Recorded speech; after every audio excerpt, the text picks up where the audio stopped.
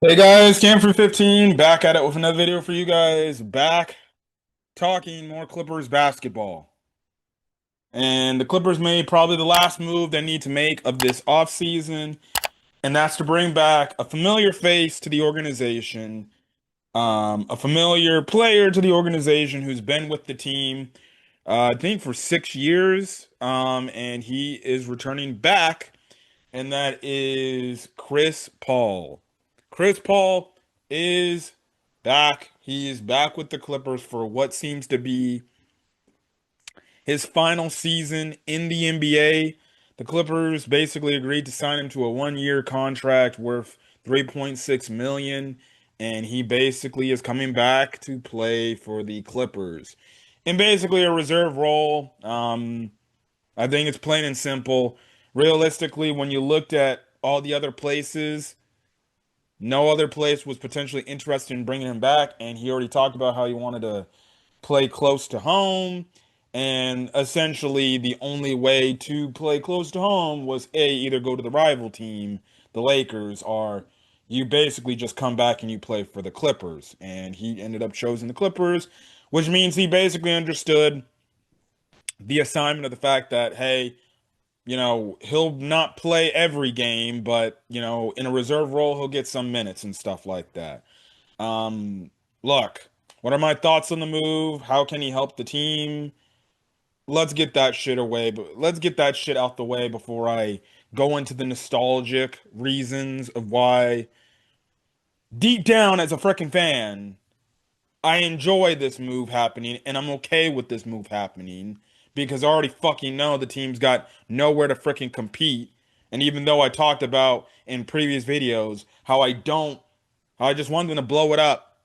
Again, this is one of the moments where I'm okay with this. If they're going to try to sell whatever old man dream that they're trying to sell, that they can still fucking compete for a championship. But whatever, it is what it is, right? So, look, we realistically don't know the freaking true role of Chris Paul.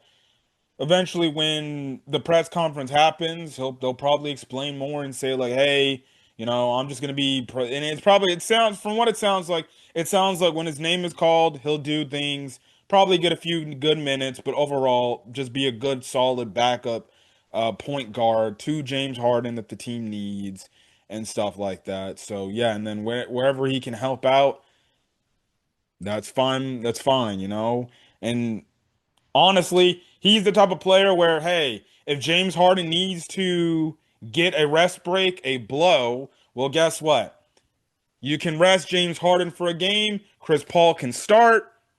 There you go. Like, this is what I'm talking about. This is what I said in the last video about the Bradley Beal move. The number one thing is, especially, you want to make sure Harden is fresh as can be for the playoffs if the Clippers feel like they can go far in the playoffs. If you can keep James Harden fresh to where you're not running him into the ground and he's not averaging and playing like 35 plus minutes a night, um, anything you can do to help him, that's the thing. So it's like, dog, I should not have to see James Harden playing a full first quarter.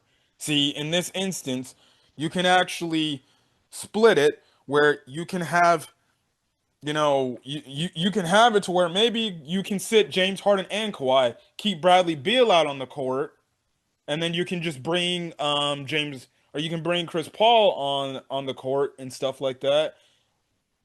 Anything you can do to semi-load manage um James Harden so he's not being overtaxed and he's not wearing down by the time we get to December because that was a massive issue. That was a massive issue. Yes, James Harden did good things the past 2 years, but I'm not gonna take, note of the fact like, dog, we relied on him a little bit way too much. Basically, Ty Lue ran him into the fucking ground, and because of it, he got gassed. And by the time, the playoffs hit, yeah, he still had some solid games in the playoffs, but you could tell by game seven he was fucking gassed. Albeit he didn't play well, but regardless, he was still gassed. So anything you can do to be able to limit how much taxing wear and tear that James Harden gets, on his body, that's the thing. So Chris Paul is another good player to add to the fold, right? Again, he's a good ball handler out there for the second string, and stuff like that. But regardless, um, it's a fine move. I personally don't like it because again, you're getting another old player on the fucking team. You're getting an old number player. I talked about it in my first tweet.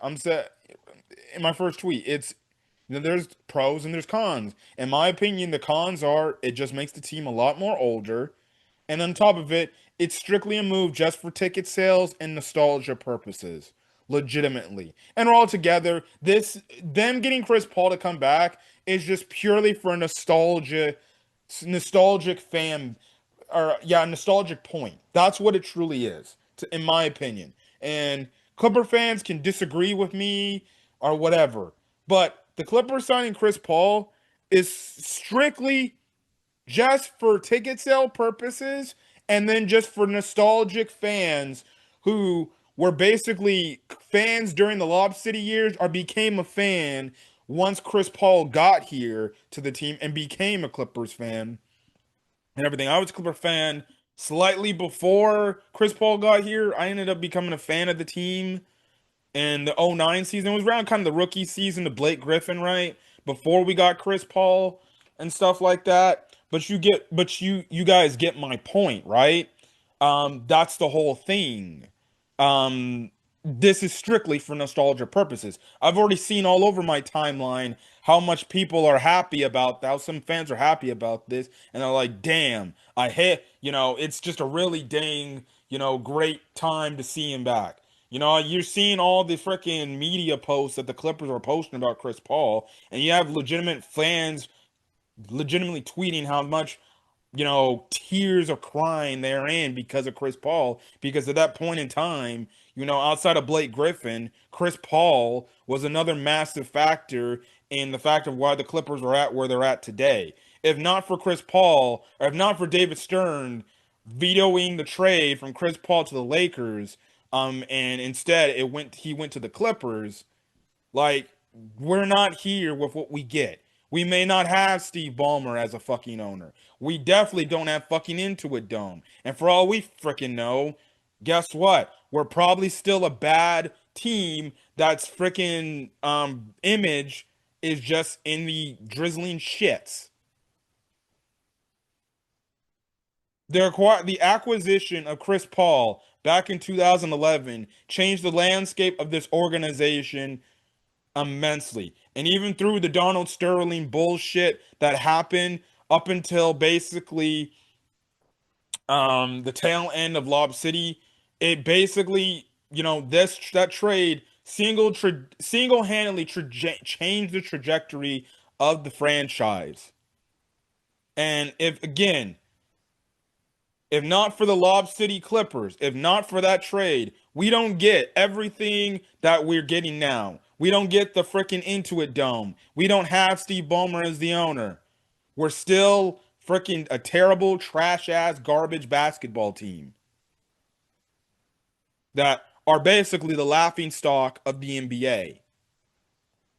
But that trade, which was one of the smart things the Donald Sterling era Clippers ever did, was trade for Chris Paul, and they got him. And what can you say? The dude was a leader throughout the course of his tenure here.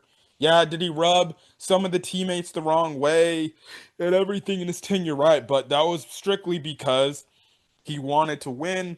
He wanted to win a championship, and he was trying to do whatever he could to win a championship.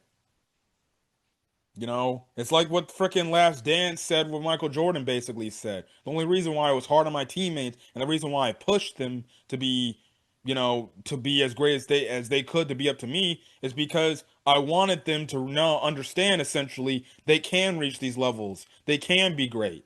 Yeah, I'm the head of the snake. I'll take you guys there, but I want you guys to help me out. And if I'm not working your asses off, well then guess what? I'm not doing my fucking job as a leader and stuff like that. But it's strictly for nostalgia purposes. Like that's what it strictly is. It's strictly that, plain and simple.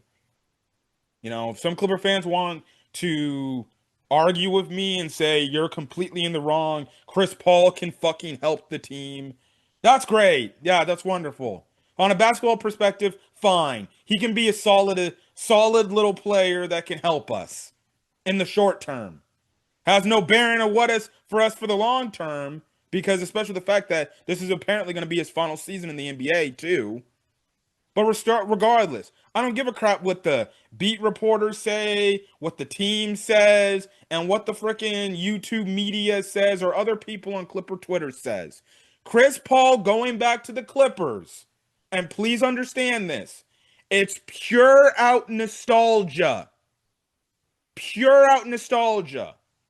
So you can get the disenfranchised fans that have fallen out of love of the Clippers because they do not like the direction the team is going in, because some fans like myself are fickle as hell and we just do not agree with the direction that they decide to go. What can we do to make the fan base a little bit happy? More of that pessimistic group a little bit happy. Let's go get Chris Paul, because that was their freaking childhood idol. That was their GOAT. In some cases, some of their Clipper GOATs. That's what we'll do. And not only will boost the ticket sales, but we'll get nostalgic things, and we'll have people in that opening night Intuit Dome for game number 1 of the season want to go to the game to go see Chris Paul. And when he first checks in, he's going to get a loud standing ovation, and he's going to get the CP3 chance and everything, right? Right? Because in a weird way, he's one of the reasons why Intuit Dome was built. It's realistically, when you look at Intuit Dome, it's the house that Chris Paul, Chris Paul, Blake Griffin, DeAndre Jordan, and Steve Ballmer built. Obviously, still Steve Ballmer funded all this, but those 3 members of Lob City, Chris Paul, DeAndre Jordan, and Blake Griffin, this is Intuit Dome is the house that they built is because of what they did in the Lob City years. But it's pure out nostalgia. It's to do that. And if you take that the wrong way and you think, oh, well, he can help us. He can help us. I don't give a crap. He can help us. That's great. That's fine. But you have to accept and understand this is pure out nostalgia. It's just a nostalgia bait move to get people to come to Intuit Dome, because we had one of the lowest attendances last year in the league, in the NBA. And what's a bigger way to get people to come out to games? Let's go get a Lob City member, an alumni, a Lob City member in Chris Paul. That will get people up in the building. I bet you already fucking know, once the tickets go on sale, fucking opening night is going to go sold out. Now, I'll probably be at opening night next year, just so I can experience the atmosphere of Chris Paul's first game returning as a freaking Clipper. Barring the fact that work does not get in the way, which I don't think it would get in the way. But again, you get my understanding, you get my drift.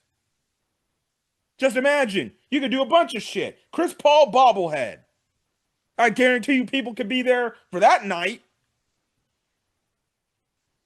And I bet you can only imagine the final regular season game or the final, playoff game, home playoff game. People are going to want to be there. So because realistically, that might be Chris Paul's last game, especially in Intuit Dome. People are going to be there for that. And if you can't make it, you're probably going to be there for his last regular season game as a Clipper. Like, plain up and simple. It's a nostalgia move. It's a nostalgia move. Plain and simple. There's nothing wrong with it. I've already put 2 posts on my Instagram stories talking about, hey, it's great to see him back. So, whatever. Am I gonna go into the nostalgia and sucker into the nostalgia? Hell fucking yes, I am. I'm just gonna fucking accept the nostalgia. Because guess what? He is one of the Clipper GOATs. I personally don't think he's all-time GOAT, but he's definitely up there. He's top 5. Top 3 more than likely. My personal Clipper GOAT is Blake Griffin altogether. But Chris Paul was one of those dudes in his time during Lob City who was the heart and the soul of the Clippers. He willed this team to try to get to it. basically get to the Western Conference Final. Yeah, he had his blunder moments, the OKC series, especially in OKC where he had that blundering moment of his. But he had at the same time, he had those amazing playoff moments. Obviously, people just remember the infamous Game 7 where he hit it over Danny Green and Tim Duncan to basically win the Clippers in 2015, I believe. Um, I believe it was 2015, the 2015 season, to be able to go over, um, to basically go over the Spurs and essentially, get to the next round because the Spurs were the defending champions that year, and it looked like there's no fucking shot we could beat them, and we always struggle against the Spurs, especially at that point in time, and there was no, and he basically that shot alone willed us in there, and he did that on a freaking bum ass hamstring. That was probably Chris Paul's most iconic, Clipper moment in his career and stuff like that. And when it all said is done, he's going to more than likely retire as a Clipper, which is crazy to say. Because when you think about Chris Paul, you won't realistically, yes, he was elite in his New Orleans years with the Hornets, right? Slash Pelicans, but you get my point, right? Yes, that was the case. But more people are going to remember Chris Paul for his time in Lob City with the Clippers because that's what happened. Yeah, he made it to the Western Conference Finals with the Houston Rockets and Phoenix Suns, and he went to the NBA Finals as a member of the Phoenix Suns, right? But he still didn't win shit. And then after that, he basically got passed around like a blunt. He went to frickin' OKC only to go to Golden State, only to then head over to San Antonio, and now back to the Clippers. He's been all over the place, right?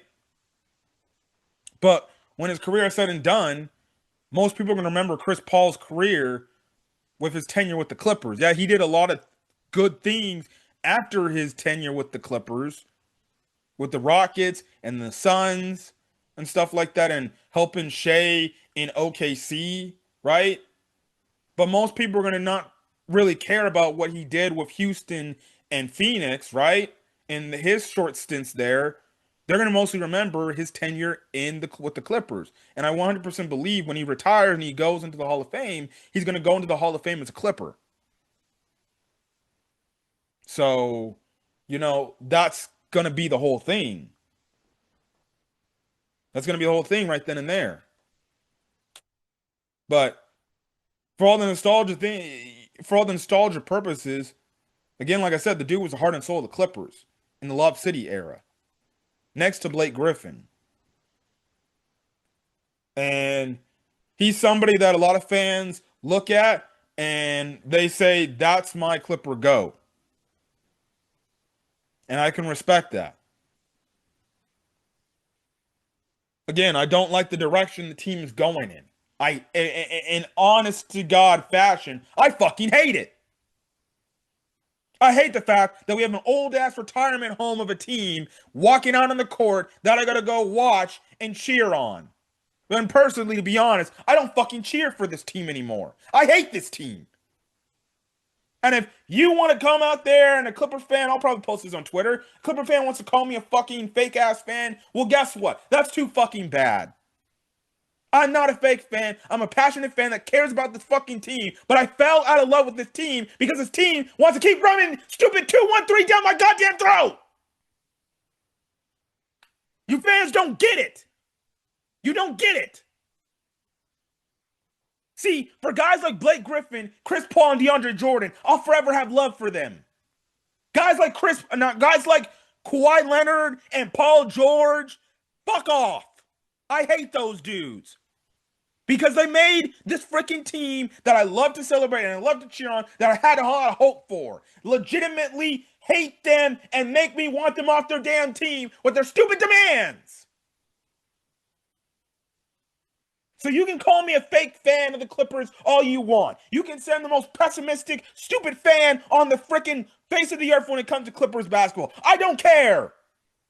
Do you understand how much Kawhi and Paul George has stripped my fucking love from this goddamn team? And until I get that love back, that's going to be when they're fucking gone. one half is gone. When number 2 is gone, thank Christ. Because I don't care whatever the hell they do in 2027, like everybody keeps mentioning.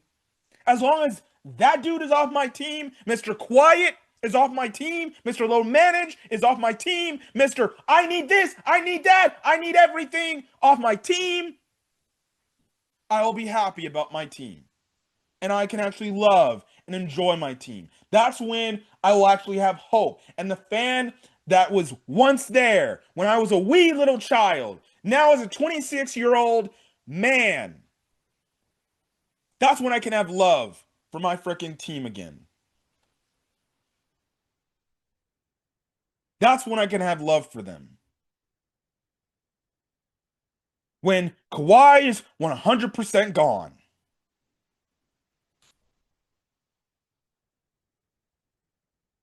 Chris Paul coming back to the Clippers is strictly a nostalgia move that will get the fans to come out to games at Intuit Dome because they especially know this could be once in the last time I ever see him put a Clipper jersey on. Because I know more than likely this is his last season in the league. Right?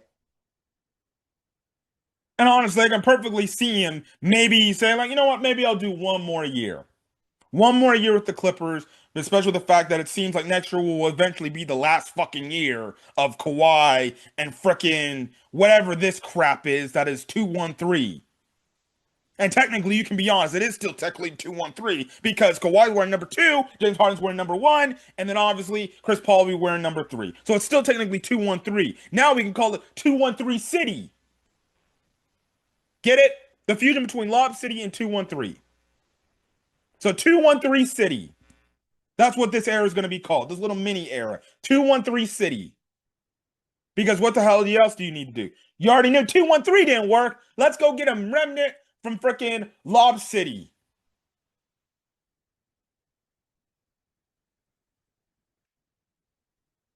I hope this alone makes the Clippers finally realize, hey, let's wake up and go back to some of the things. Let's have Blake Griffin jersey retired. Let's get Ralph Lawler to come to a game down and Intuit and have a jersey in the rafters for him too. This is what I'm talking about. See, you want to talk about making people come out to Intuit Dome, find reasons, find not only promotional nights, but also find reasons to do that. AKA these jersey retirement celebrations.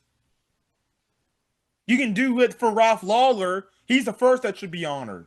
I bet you people will be in the building for that, especially true hardcore Clipper fans. And then whenever they announce a Blake Griffin jersey retirement, lo and behold, do that. People will freaking go to show up. For that, I know I'd be in the building for that. I don't care. I'd find a way to get in the building for that. Then obviously, you definitely can have a Chris Paul jersey retirement. See, if he retires this year, you cannot tell me without a shadow of a doubt he should get a jersey retirement next year. Now, personally, I go in the order of Ralph Lawler, Blake Griffin, and then Chris Paul. But you can have all 3 jersey retirements in one season. But see, here's what you do. Maybe you do it this year. 2 of them this year. Guess what? Chris Paul next year.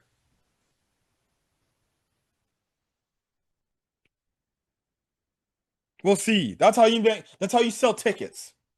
That's how you get people in the building. But there's that. Regardless, I know some Clipper fans had some sort of feelings when Chris Paul ended up leaving the team. And he really realistically left the team back after 2017 is because he realized, plain and simple, it was over. He knew it was over. He knew his time here was done and over. Yes, as the fans, we didn't want that. And in some cases, some of the fans resented him from wanting to leave. You can't really blame him when you look back at the time. At that point, he saw the writing on the wall. He knew, I'm not going to get far with this team. We're getting older. There's nothing else we got left to run it back with. And the Clippers respected that, and they understood his wishes and respected his wishes. And guess what? They sent him somewhere where he could go compete for a championship. And in tune because of that, it ended up starting the building blocks to, even though I hated the fucking 2-1-3 era, it started the building blocks to get us to the 2-1-3 era.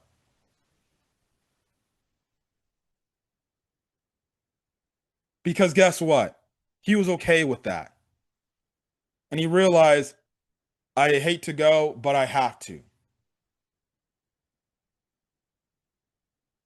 So that's the thing. And throughout this entire time, he's been away from his freaking family. So how much do you think that hurt him to want to say, I need to leave? And the Clippers respect him. The Clippers could have traded him anywhere else, but they're like, hey, we'll do you a favor. We'll trade you here. And on top of it, they got back good compensation.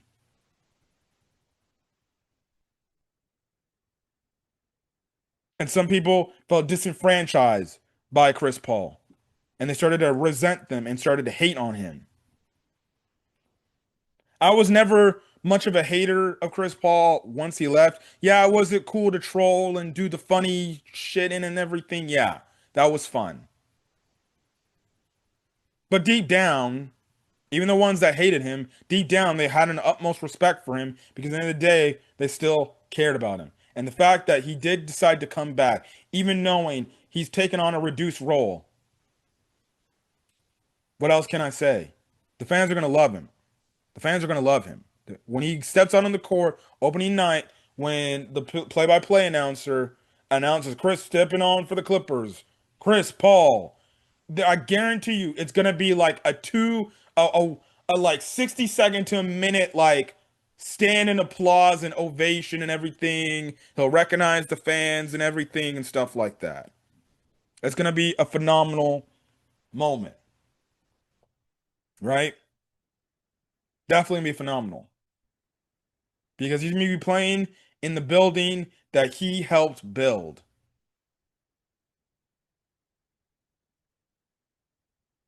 So there's that. And on to be honest, right now, I think when you talk amongst Clipper fans, I think when you talk amongst Clipper fans, who is the most beloved Clipper? And maybe I'll go opening night to the game, see if I can get there early, go around and get on camera and ask people who is their most beloved Clipper on the team right now. I bet you a good 90% will say Chris Paul. A good 90 will say Chris Paul. So maybe I'll do that. Maybe opening night, I'm going to say, who is your most beloved Clipper on this team? Is it Kawhi? Is it James Harden? Or is it Chris Paul? I bet you 90% of that is going to come out and say Chris frickin' Paul. So that's kind of the thing right then and there. I know the first night at Intuit Dome, or if I ever drive by Inglewood, because I live in Inland Empire, right? Whenever the team drops the freaking Chris Paul jerseys, maybe it's probably better just the moment they announce that and they say, "Oh, you can go pick up a Chris Paul jersey," right? I think it's probably best to go do that because you already know they're gonna be sold the fuck out. You already know the moment that the team announces Chris Paul jerseys are on sale, that's just gonna be sold out online. And I bet you it's going to be to the point where you actually got to go to probably the actual flagship store to go buy you a jersey. And honestly, I might have to make the drive out in the off season to the flagship store, to Intuit Dome, as much as I don't want to, probably more than likely, um, because of it. Um, so I can go get me a Chris Paul jersey because you already fucking know the moment that goes off stores, boom, you already know opening night, that shit's going to be claimed off the fucking shelves. So I never had a Chris Paul jersey because I didn't really go to a lot of Clipper games back when I was younger during the Lob City years because again, I live in Inland Empire, not in LA, so I didn't really get to catch a lot of games. I only saw I think like one or two Lob City games in my entire time in person. But you get my point, right? You get my point. I'm gonna go there. I'm gonna go buy me a Chris Paul jersey. He's probably the one player that I'll actually go buy a Clipper jersey for. There's only other players I can name of. The only other two players I can name of that I would buy a Clippers jersey would be either be Nicholas Batum or Ivica Zubac or Ivica Zubac. Like those are the only two other dudes. I guess the only other guy that I could say is probably Derrick Jones Jr. Outside of that, nobody else for me, in my opinion, deserves a jersey purchase. Nobody. Not Kawhi, not James, not Bradley Beal, nobody else. Probably those four, and that's it. DJJ, Batum, Zoo, and Chris Paul. Those are the only guys that probably spend $100+ to go get me a Clipper jersey. Basically. So whenever they announce that, I'll probably be on my way to Inglewood to go buy me a blue Clippers jersey. So we'll see. We'll definitely see. But anyways, I think I've talked enough about the Chris Paul signing with the Clippers move. You guys get my point. That's basically what it is. The hometown hero returns back to the place he helped establish, be the team they are today. Probably going to go down as one of the more beloved Clippers of all time and stuff like that. But yeah, anyways, I'm gonna get out of here, guys. If you guys like the video, leave a like. Put in the comment section your thoughts. Hit that subscribe button if you're a Clipper fan and what's your thoughts about the move of Chris Paul coming back to the Clippers and stuff like that. So, yeah. Anyways, I'm going to get out of here. You guys enjoy the rest of your day. And I guess whenever there's more Clipper news, I'll talk about that. Outside of that, I'm going to be talking Chicago Bears. So, if you were wondering if I was a Chargers or a Rams fan, no, I'm not. I'm a Bears fan. So, most of my stuff, if you're subscribed to the channel, um, in regards to Clipper content, well, it'll be a while. I'm gonna try to be more honest with my Clipper recaps and stuff like that and things like that. So yeah. Anyways, I'm gonna go for guys. Catch you guys later, and that will be it. But till then, guys, have a great rest of your day. Peace.